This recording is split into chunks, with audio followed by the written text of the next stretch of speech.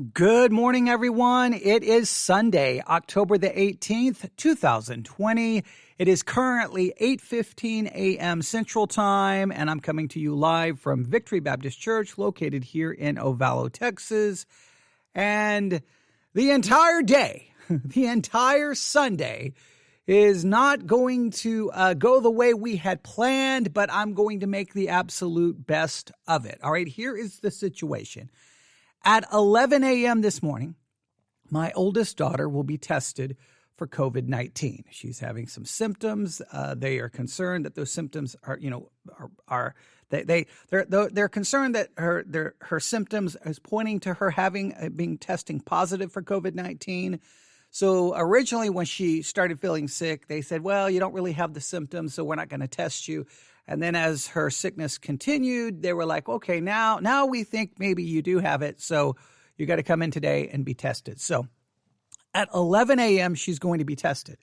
Well, that messed everything up, all right? Because if there's even a slight chance that she's going to test positive, and I've been around her, well, then the last thing I could do is have an in-person service today where I would be standing there preaching in front of everyone as being someone who possibly has been exposed to someone who possibly could test positive for COVID-19. That wouldn't be smart. That would not be safe. That would not be demonstrating care or concern for anyone. And so that would just be foolishness. So as a result, we canceled the in-person service for today, and everything moves to, well, what I'm doing right now, live streaming. All right. It's not what I wanted to do, but I think it's the best decision I could make considering the circumstances and the facts that I currently have. So if she tests positive, well, then you know all the ramifications that will come from that. So please pray that she doesn't, not just because of those ramifications of not being able to have church and all of those other things, but because of, obviously, for her own health. And that's the biggest issue here right now is, and I know you'll get some Christians. No, the most important issue is having church in person. Well, I think people's health, safety, and life is also, has to be, up there, is considered as important as well. So just pray for the situation. Pray for all the other listeners. Pray for people around the world. COVID-19 cases are on the rise. Everyone, we were all predicting and thinking that this is getting ready to be the time of year where things are going to get crazy, that, positive, we're going to get the positive cases are going to go on the rise. Just all of the things that we were worried about, it's starting to come to pass. So just pray. You take precautions, look out for one another, look out for other people, be safe, do everything you can to help preserve life, do everything you can to not spread sickness. And churches are going to have to, make the best decisions that they can. Please try to be supportive of churches, be supportive of everyone you can. And speaking of support, one of our listeners sent a gift I received it yesterday in the mail, and so I want to thank them. They know who they are. Thank you for the gift. Very helpful, very encouraging. I'm going to use some of that money, I think, to do a book giveaway for the fundamentals, which we'll be talking about. So, all right, we'll set all of that aside. There's so much to do today.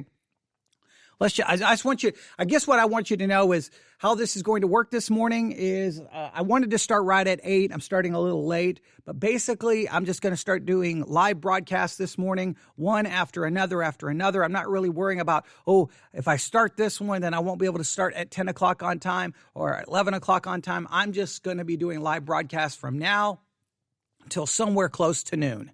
All right. And we're going to cover all kinds of different topics. We're going to talk about a lot of different things. So just sit back. You'll want to be if you want to listen to me live, you need the Spreaker app. You can email me at newsif@yahoo.com. Newsif@yahoo.com. That's newsif@yahoo.com. And I'll be more than happy to tell you how you can listen to us live. It's absolutely free. You just have to download an app. But just email me, tell me I want to listen to the live broadcast today, and I will send you the link. instead of trying to explain everything right now. For those who do have the Spreaker app, you'll just want to make sure you are following all of our podcasts, the Non-Catholic Catholic, VBC, BBC Bible Institute, and Theology Central, because probably I'm going to be doing live broadcast under each podcast today. Because there's so many different things to be talking about. So just sit back this morning, have a notebook open, a Bible open, and I hope I can produce a lot of things today that will be beneficial. But for now, we have to return to a very important question, all right? And I want you to think about this question carefully, all right? I have been asking the question over the last week or so. How much can we edit Christianity? How much can we rewrite Christianity and it remains Christianity? Like how much can you change Christianity until it stops being Christianity and it becomes basically a separate religion? It becomes a different religion. It becomes a false religion. Now, this is an important question. We've been talking about this in our kind of study of the origins and history of fundamentalism. We're getting ready to talk about that same concept when I begin our little mini-series on the Niagara Creed that came from the Niagara Bible Conference. We talked about it a little bit in regards to progressive Christianity that is currently spreading in America. We talked about the book Another Gospel and how evangelicalism is now trying to handle this. But the big issue, whether it was the starting up with the beginnings and origins of fundamentalism here in the United States of America, kind of modern day fundamentalism, or if you talk about the evangelical world right now trying to fight the spread of progressive Christianity, it always comes down to the basic question. In fact, you could go all the way back to the Council of Nicaea. You can go back to the Apostles' Creed, the Nicene Creed, Athanasian Creed. All of these issues just basically comes down to a very simple question. How much can you change Christianity until it stops being Christianity? How much can you edit Christianity until it stops being Christianity? That is a fundamental question that every Christian has to ask themselves. And when they see people trying to change Christianity, redefine Christianity, you have to look and go, wait a minute, guys, that stopped being Christianity about 10 edits ago. That stopped being Christianity about 10 changes ago. And no, we're drawing the line in the sand. That's it. You've now destroyed Christianity. You've now changed it. It's ceased to be what it truly is supposed to be. Now, with that question in mind, there's a similar question that we have to ask now, not about Christianity, not about religion, but there's a similar question we have to ask in regards to being a human being. How much can we edit the very genetic makeup of human beings? How much can we edit? How much can we change the genetic makeup of human beings until human beings stop truly being human? They enter into a different category, a different definition. They stop being human beings and they become something else. They become something other. Now, I know that sounds like some weird, crazy conspiracy question. That sounds like something from a science fiction movie. But if you've been listening over the last year, I have brought a number of podcast episodes talking about some of the scientific advancements where they can go in and edit the very code of life, the very genetic makeup of human beings. And as they continue to try to move forward with technology to do this, it raises the question, well, how much can they do until, well, you're looking at people that are no longer human? And if they're no longer human, then how do we view them from a theological perspective? In fact, let me just read to you. You all know this scripture, but let me just read it to you because it's very key to this entire discussion. Genesis chapter 1. Genesis chapter 1, verse 26. This is Genesis chapter 1, verse 26. Then God said, "Let us make mankind in our image and our likeness, so that they may rule over the fish in the sea and the birds in the sky, over the livestock, over the wild animals, and over all the creatures that move along the ground." Genesis 1:27. So God created mankind in his own image. In the image of God, he created them. Male and female, he created them. Now, one of the fundamental teachings of Christianity is that human beings, there's a sacredness, there's a sanctity to their life. There's a sacredness and a sanctity to human life because human life was created in the image of God. We were created in the image of God, which makes us separate, which makes us different, which makes us other than the animal world. You have the animal world, and then you have human beings. And human beings were created in the image of God. And as a result of being created in the image of God, there's a sacredness, there's a sanctity to that life. That's why life should be defended. That's why murder is wrong. The killing of a human being is an attack upon the image of God. It's really an attack upon God.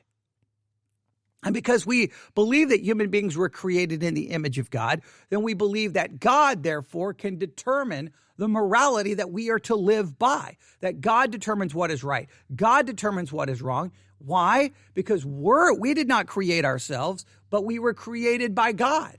We have a creator, and the creator determines the morality and the purpose of his creation.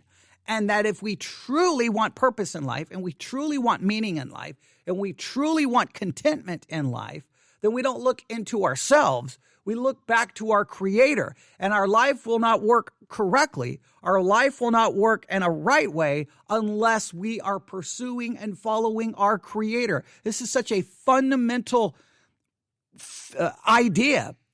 It's a fundamental principle, and it impacts how Christians look at everything, how we look at the meaning of life, the purpose of life, where we can find true purpose, where we can find true contentment, where we can find true fulfillment, where we can find true joy, how we determine what is right and what is wrong. It's very simple. We're not in charge. The Creator is in charge. So we look for purpose, meaning it has to be found in God. Once we break the connection with a creator, then we're just tossed to and fro with every idea, every theory, with what we start doing what is right in our own eyes, and it always leads to despair, destruction, death, decay, corruption. It just leads to depression, suicide, because you have broken with your creator. The answer to so many of our societal issues is getting back to a right relationship with our Creator. And the only way to have a right relationship with the Creator is to repent and put our faith in Jesus Christ, because the only way to the Father is through Jesus Christ. Jesus Christ came, the second person of the Trinity, God's eternal Son, to die as a substitutionary sacrifice, and through his death, his burial and resurrection, and our putting our faith in him, we can then enter back into a right relationship with our Creator. And all the problems in the world stem from a broken relationship with the Creator. This is like very basic Christianity. So because human beings are created in the image of God, then we see that they have meaning. We see that there's value in their life. There's a sacredness to it, and that life should be protected. But what happens if then us, the created, the creature, what happens when we come along and we, in a sense, start playing God?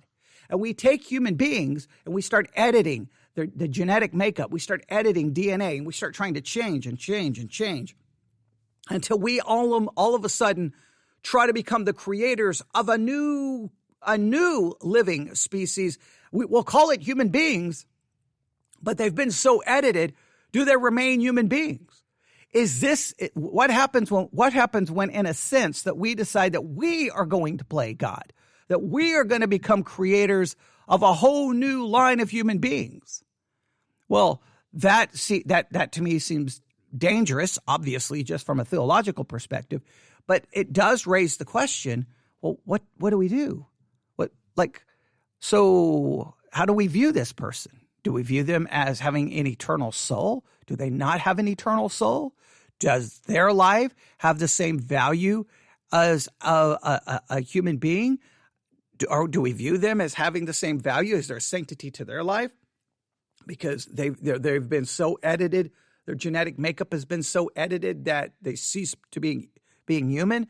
These are questions that you never thought you would have to ask yourself. You thought these are the kinds of questions people sitting in a philosophy class would throw around. But it's going to, I think we're fast moving. And when I say fast moving, maybe 10, 15, 20, 30 years, it's going to become a question that every church is going to have to ask itself. Every pastor is going to have to ask, hey, how do we view this? Because there's technology that's being used to start trying to implement this kind of thing. Tests are already being done, and at times there's been laws about trying to stop human cloning. But as soon as one stops, then guess what? We find out that some scientists in some country they're continuing to try to move on. There's experiments happening, and you're like, what is going on? And you read these reports, and you're like, this sounds like something crazy. But then you find out, no, these are real experiments going on, and it raises very real questions. Now, why am I bringing all of this up? Because just a few days ago, the Breakpoint podcast, which is right there in kind of the middle of the road evangelicalism, they started talking about this kind of situation, and I'm like, wow, I've been talking about it for a very long time. I've played audio clips from other people talking about it. Sometimes the other people talking about it are again would be considered, well, not mainstream enough. So, do we really need to pay attention to them? But now it's reached the Breakpoint podcast, and I want to play a little bit of what they had to say, and we'll talk about it. All right, but I think these are important questions. How much can you change Christianity until it stops being Christianity? And how much can you change and edit human beings until they stop being human? These are important questions for moving forward for all Christians and for the church. And the first question, we've been struggling with that for the entire history of Christianity. The second question, well, that's a question we're going to have to be looking at in the future, but we're going to look at it right now. So here's what they discussed on Breakpoint just a few days ago. Listen carefully. The winners of this year's Nobel Prize in Chemistry have invented a technology that promises to change our humanity. But is that a good thing? For the Colson Center, I'm John Stonestreet. This is Breakpoint. The awarding of this year's Nobel Prize for Chemistry to Jennifer Doudna and Emmanuelle Charpentier has been heralded as an incredible step forward for women. For the first time, 2 female scientists have been honored with this award without their accomplishments being accompanied by a man. Also being heralded is the incredible potential of Doudna and Charpentier's gene editing technology, which is called CRISPR. Announcing the award, the Secretary General of the Swedish Royal Academy of Science gushed.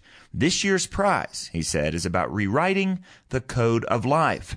Doudna herself has used similar language to describe her CRISPR technology, stating that the genome would become as malleable as a piece of literary prose at the mercy of an editor's red pen. And so far, the congratulations and praise from fellow scientists around the world includes the predictions and speculations that CRISPR will offer humanity new potential to combat all sorts of illnesses and make the world a better place. Now, not covered in most of the press announcing the award is the dangers that CRISPR poses to us all. For example, the incident in which a Chinese scientist used CRISPR to edit the genome of embryos before implanting them, a move that drew international criticism and gave the world a glimpse of just how this whole thing could possibly go wrong, was barely mentioned, if at all. CRISPR's been likened to a computer mouse or a pair of genetic scissors. One researcher described it this way: you can just point it at a place in the genome, and you can do anything you want at that spot. Now, of course, it's not quite that simple. Still, that statement reveals the kind of hubris behind the strive to make the technology so widely available with virtually no ethical guidelines in place in the meantime.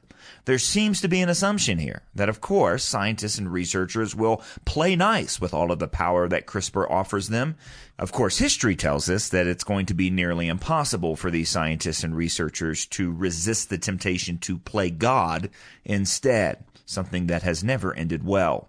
Earlier this year, a team of researchers at the Francis Crick Institute in London used CRISPR to edit 18 donated human embryos, supposedly to study, quote, the role of a particular gene in the earliest stages of human development.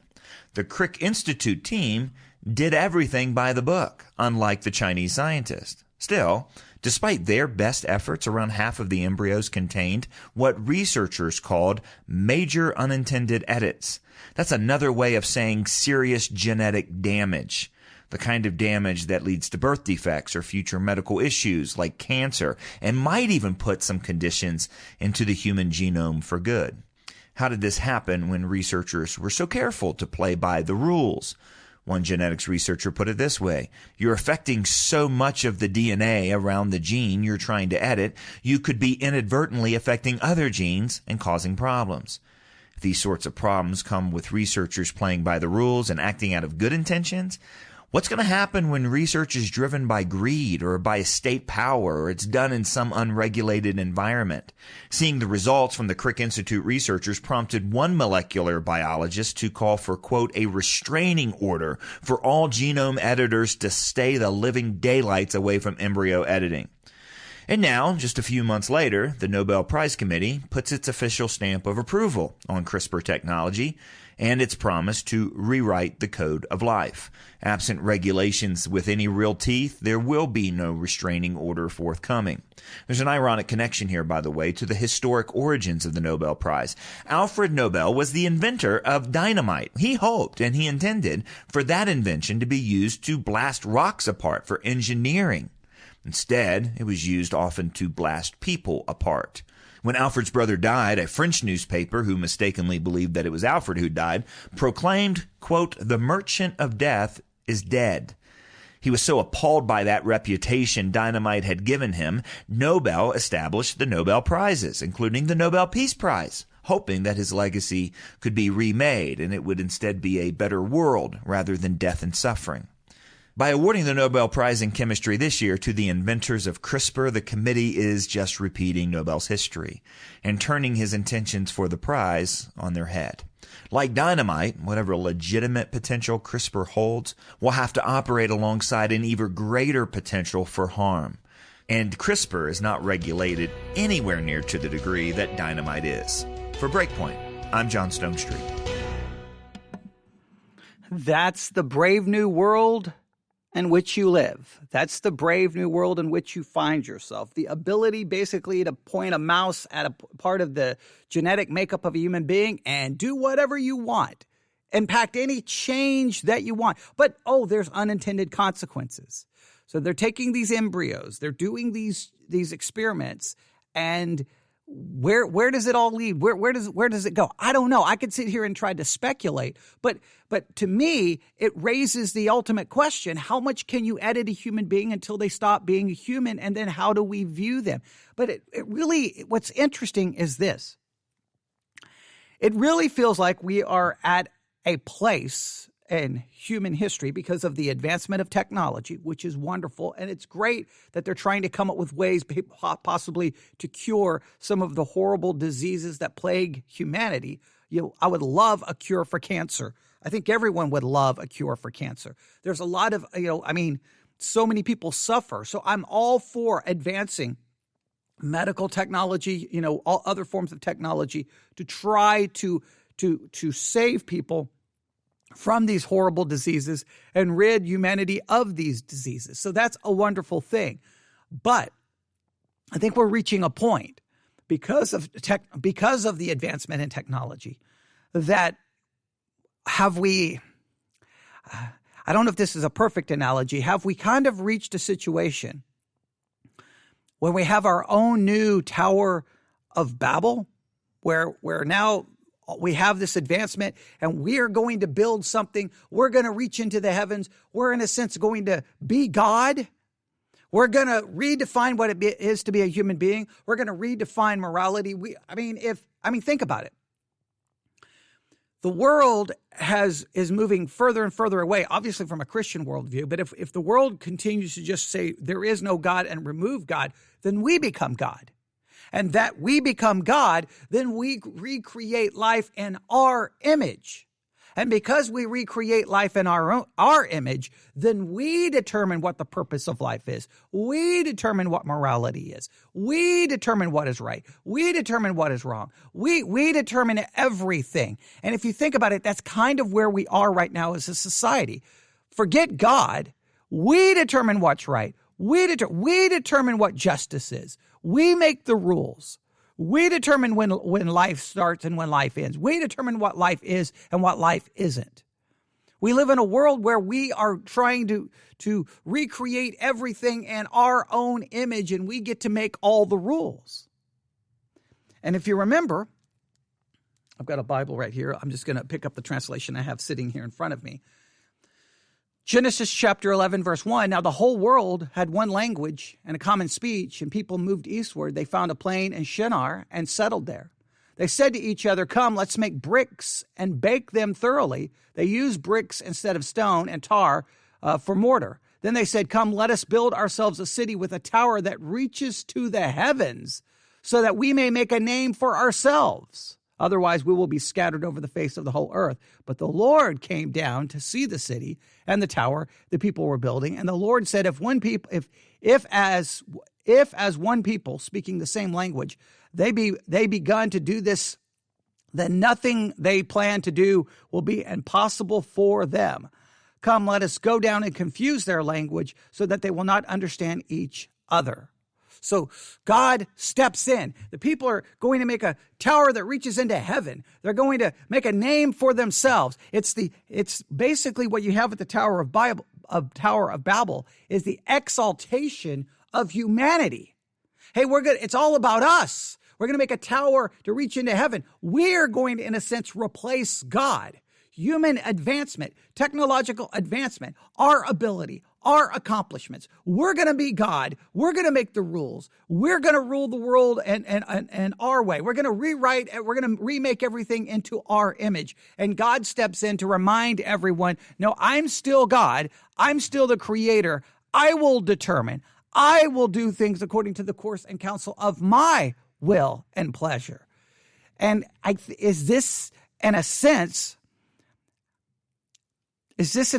kind of a symbolic, is this CRISPR and the gene editing is in a sense this one thing really symbolic of humanity's war against God? I mean, look at our world right now. I mean, we're talking about all the, everyone wants to talk about all the political arguments, but I think what was really happening, this is not a fight right now in our culture between political ideologies. This is not a fight in our culture right now between races. This is not a fight in our culture right now between conservative and liberal. This is a fight right now in our culture between humanity and God. This is where humanity wants to redefine everything in its own image. We want our way, our will.